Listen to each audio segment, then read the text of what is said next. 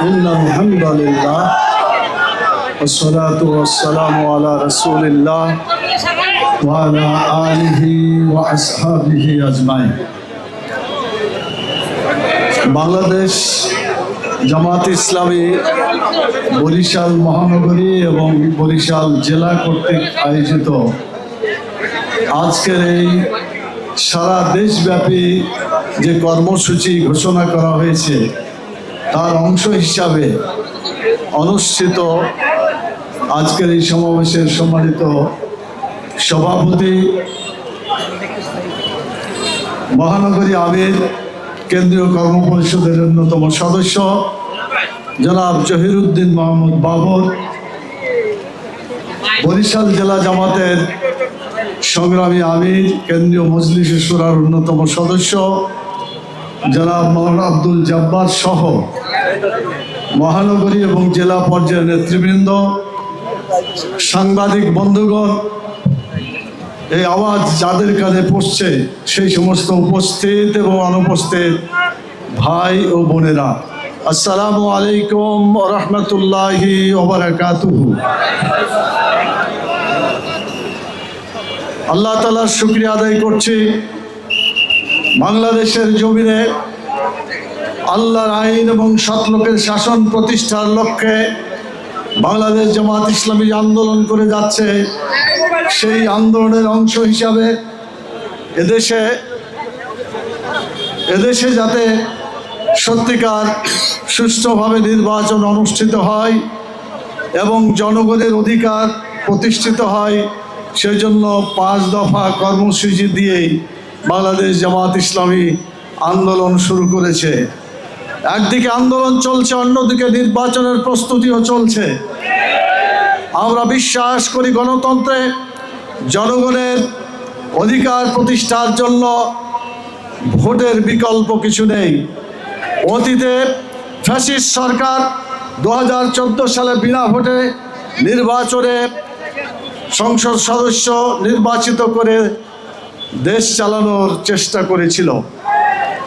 2018 সালে দিনের ভোট রাত্রে অনুষ্ঠান করে তাদের ডাকাতি যাতে কেউ ধরতে না পারে সেই জন্য এইভাবে নির্বাচন করেছিল। 2024 সালে বাংলাদেশের জনগণের নির্বাচনের প্রতি আস্থা ফ্যাসিস্ট সরকার নষ্ট করে দিয়েছিল, যার ফলে কেউ ভোটকে দিতে যায় নাই, বরং ভোট কেন্দ্রে যে মানুষ পাওয়া যায় নাই। সাংবাদিকগণ রিপোর্ট করেছিলেন যে দেখা গেল কয়েকটা প্রাণী, কুকুর ইত্যাদি সেখানে শুয়ে আছে, ভোটারের কোনো চিহ্ন দেখা যায় নাই। বাংলাদেশের বেইজ্জতি অসম্মান করে ফ্যাসিস্ট সরকার যে দৃষ্টান্ত, জঘন্য দৃষ্টান্ত রেখে গেছে, সেই ফ্যাসিস্ট সরকারকে বাংলাদেশের ছাত্র জনতা 36 জুলাইয়ের যে আন্দোলন, সে আন্দোলনের মাধ্যমে বাংলাদেশ থেকে তাকে বিতাড়িত করেছে এবং ভারতে সে পালাতে বাধ্য হয়েছে। প্রতিবেশী দেশ থেকে এখনো মাঝে মধ্যে বাংলাদেশের স্থিতিশীলতাকে নষ্ট করার জন্য বিভিন্নভাবে ছোঁ মারার চেষ্টা করছে। আমরা পরিষ্কার করে বলতে চাই, বাংলাদেশের মানুষ ফ্যাসিস্ট সরকারকে চিনে ফেলেছে, এই ফ্যাসিস্টদের দোসরদেরকেও চিনে ফেলেছে, যার ফলে আগামী দিনে ফ্যাসিস্ট আসতে পারবে না এবং ফ্যাসিস্টের দোসর যে জাতীয় পার্টি এবং 14 দল যেভাবে তাদেরকে সহযোগিতা করেছে, তাদেরও বাংলাদেশের কোনো জায়গা হবে না। সেজন্য আমাদের দাবি, 5 দফার মধ্যে একটা দাবি, যে অন্যায় যে করে আর অন্যায় করতে যাদেরকে সহযোগিতা করা হয়, যারা সহযোগিতা করে উভয়ই সমান অপরাধী। অতএব ফ্যাসিস্ট যেভাবে গেছে, নির্বাচন থেকে নির্বাসিত হয়েছে, একইভাবে জাতীয় পার্টি এবং 14 দল সহ যারা এই অপকর্ম করেছে তাদের পরিণতি একই হবে ইনশাআল্লাহ। সংগ্রামী ভাই ও বন্ধুগণ, বাংলাদেশের মানুষ তাদের অধিকার পেতে চায়। আপনারা জানেন ইতিপূর্বে যে সমস্ত নির্বাচন হয়েছে, এই নির্বাচনগুলো মানুষ তাদের অধিকার ফিরে পায় নাই, বরং তারা কষ্ট পেয়েছে, তারা অত্যাচারিত হয়েছে, তারা মজলুম হয়েছে। আগামীতে যাতে আর মজলুম তাদেরকে হইতে না হয় সেজন্য নির্বাচনটা সুন্দরভাবে করতে হবে। সেই জন্য 5 দফা দাবির একটা কথা বলেছি। এখন আরেকটা বলতে চাই, 36শে জুলাই যে সনদের কথা ঘোষণা করা হয়েছে এই সনদকে বাস্তবায়িত করতে হবে। দুনিয়াতে কোনো পরিবর্তন হলে সেই পরিবর্তন যাতে আগামী দিনে কেউ প্রশ্ন তুলতে না পারে সেজন্য বিধান আছে। সেই বিধানগুলোকে সত্যিকারভাবে বাস্তবায়ন না করে যদি অগ্রসর হয় তাহলে এগুলাই পরবর্তীতে উল্টো তাদের বিরুদ্ধে চলে যেতে পারে। সেই জন্য জুলাই সনদকে বাস্তবায়িত করেই নির্বাচন করতে হবে। এজন্য টেকনাফ থেকে তেঁতুলিয়া পর্যন্ত আওয়াজ উঠেছে। পিআর পদ্ধতি আপনারা শুনেছেন। এই পিআর পদ্ধতি প্রপোর্শনাল রিপ্রেজেন্টেশন যেটাকে বলা হয়, আনুপাতিক হারে যে নির্বাচন। আপনারা জানেন বাংলাদেশে বর্তমানে যে নির্বাচন আছে 100টা লোকের মধ্যে যদি 4 জন দাঁড়ায়, ধরেন কেউ 22 পাইল, কেউ 23 পাইল, কেউ 24 পাইল, কেউ 25 পাইল, দেখা গেল যিনি 25 পেয়েছেন তিনি পাশ করলেন। এই 25টা ভোটের বিপরীতে 75টা যে ভোট থাকলো এই ভোটগুলা কোনো কাজে লাগলো না। এই জন্য অনেকে বাংলাদেশে বলে ভোট পচে গেছে, ভোটকে পচতে দিব না। আমরা বলতে চাই প্রত্যেকটা ভোটের স্বতন্ত্র মর্যাদা প্রতিষ্ঠিত হবে পিআর পদ্ধতির মাধ্যমে। ছোটখাটো দলগুলোও যত কমই ভোট পাই না কেন, 1% ভোট পেলেও বাংলাদেশে 300টা আসনে তারা 3টা এমপি লাভ করতে পারবে। জনগণের ভোটের দাম হবে ওই 75টা ভোটের দাম হলো না, 25টার ভোটের দাম হলো। এই ধরনের কারবার আর হতে দেওয়া যাবে না। এই জন্য বাংলাদেশে নির্বাচন হবে, পিআর পদ্ধতিতে নির্বাচন হবে। 71 জন মানুষ পক্ষে রায় দিয়েছে, যেভাবে জরিপ করে দেখা গেছে। অতএব যদি সরকার পছন্দ করেন তারপরেও আমরা বলবো যে আপনারা গণভোট দিয়ে হলেও পরীক্ষা করতে পারেন। বাংলাদেশের মানুষ এই পিআর পদ্ধতির জন্যই চায় যে তাদের ভোটের যেন মূল্য ফিরে আসে। আরেকটা কারণে চায়, সেটা হলো যেভাবে তারা টাকা দিয়ে নমিনেশন কিনে এই নমিনেশন বাণিজ্য করার কারণে মনে করেন 5 কোটি টাকা খরচ করে নমিনেশন কিনলো, নির্বাচন করলো, এই লোকটা কি 5 কোটি টাকা ছেড়ে দিবে না এটা আদায় করবে? এবং শুধু আদায় করবেন না, এটা আরো অনেক গুণ বেশি তারা টাকা এখান থেকে নিবে। অতএব এই টাকাটা যা পাবে কোথা থেকে? তাদেরকে হয় মানে মানুষের উপর জুলুম করে, চাঁদাবাজি করে, বিভিন্ন সরকারি প্রতিষ্ঠান দখলের মাধ্যমে, অন্যায়ের মাধ্যমে তাদেরকে টাকা উঠাতে হবে, যার ফলে দেশের মানুষ, ব্যবসায়ী সম্প্রদায় কেউ শান্তি পাবে না। সেজন্য আমরা নির্বাচনকে স্বচ্ছ এবং মানুষের উপকারী করার জন্য আমরা বলতে চাই পিআর পদ্ধতিতে নির্বাচন হবে। টাকা খেলা আর 10টা হুন্ডা 20টা গুন্ডা ইলেকশন ঠান্ডা, এই রীতি আর বাংলাদেশে আসতে দেওয়া হবে না। যারা এই ধরনের অপকর্ম করেন তাদেরকে আমরা হুঁশিয়ার করে দিতে চাই।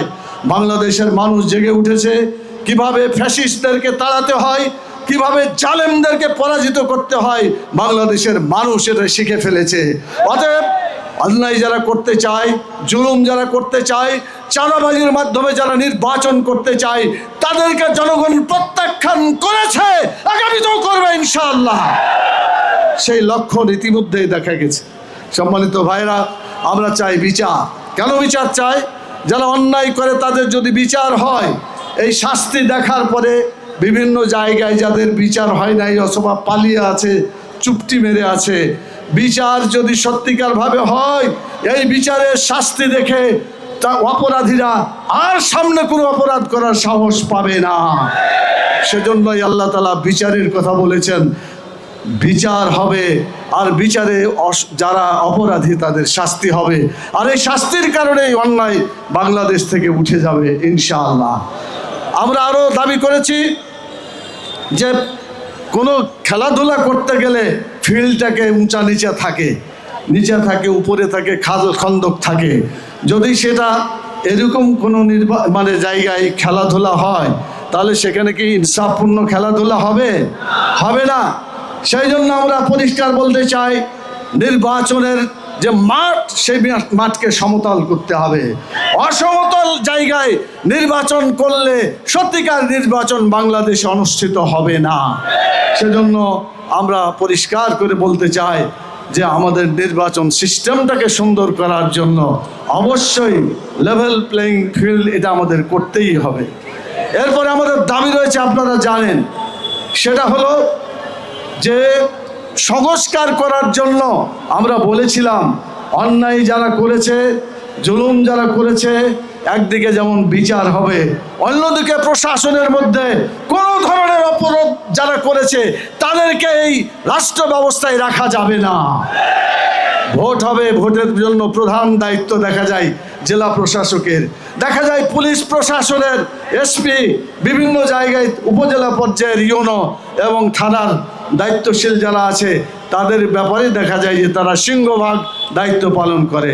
আমি আপনাদের জিজ্ঞেস করতে চাই, এই সমস্ত অপরাধ ব্যক্তি যারা অপরাধী, যারা এখন ক্ষমতায় আছে, বিভিন্ন জেলায় আছে, উপজেলায় আছে, এদেরকে রেখে নির্বাচন করলে নির্বাচন কি সুষ্ঠুভাবে হতে পারবে? অতএব নির্বাচন সুষ্ঠু করার জন্য সংস্কারের মাধ্যমে আমাদের এটা করতেই হবে। এসব দাবি আমরা আদায় করার জন্য আজকে মহানগরীগুলোতে মানে আমাদের সম্মেলন হচ্ছে, সমাবেশ হচ্ছে, মিছিল হচ্ছে, আগামীতে জেলা পর্যায়ে হবে, উপজেলা পর্যায় পর্যন্ত আন্দোলন ছড়িয়ে যাবে, জনগণ ঘরে ঘরে আন্দোলন গড়ে তুলবে ইনশাআল্লাহ। অধিকার আদায়ের জন্য আমাদেরকে এই কাজ করতে হবে। পরিশেষে যে কথা বলে আমি আর কথা শেষ করতে চাই, সম্মানিত ভাইরা, আজকে মজলুমের সারা দুনিয়া, আজকে আল্লাহর আকাশ বাতাস ভারী হয়ে গেছে। একদিকে ওই ইহুদিবাদী শক্তি ফিলিস্তিন এবং গাজায় মুসলমানদের উপর জুলুম অত্যাচার চালাচ্ছে, না খেয়ে তারা মারা যাচ্ছে এবং তাদেরকে গুলি করে তারা শেষ করে দিচ্ছে। এখন তাদেরকে দেশ থেকে বিতাড়িত করার চেষ্টা করছে। এই অন্যায় সারা দুনিয়ার মুসলমান সহ্য করবে না ইনশাআল্লাহ। সেজন্য ঐক্যবদ্ধভাবে তাদের পাশে দাঁড়ানোর জন্য আমি আপনাদের আহ্বান জানাচ্ছি। সেই সাথে সাথে বাংলাদেশের যে নির্বাচন, এই নির্বাচন যাতে সুন্দরভাবে হয়, ভালোভাবে হয়, মানুষ যাতে তার অধিকার ফিরে পায়, মানুষের সত্যিকার আশা আকাঙ্ক্ষা বাস্তবায়িত হয়, সেজন্য আসুন ঐক্যবদ্ধভাবে আমরা সংগ্রাম করি। যারা এখনো বুঝে নাই তাদেরকে বোঝানোর চেষ্টা করি এবং আন্দোলনের গতি এভাবে ছড়িয়ে পড়তে হবে। আন্দোলনে আমাদের অধিকার আদায় করতে হবে ইনশাআল্লাহ। সেই অধিকার আদায়ের আহ্বান জানিয়ে আপনাদেরকে অসংখ্য ধন্যবাদ জানিয়ে আমি আমার কথা এখানে শেষ করছি। ওমা তৌফিক ইল্লা বিল্লাহ। আসসালামু আলাইকুম ওয়া রাহমাতুল্লাহি ওয়া বারাকাতুহু।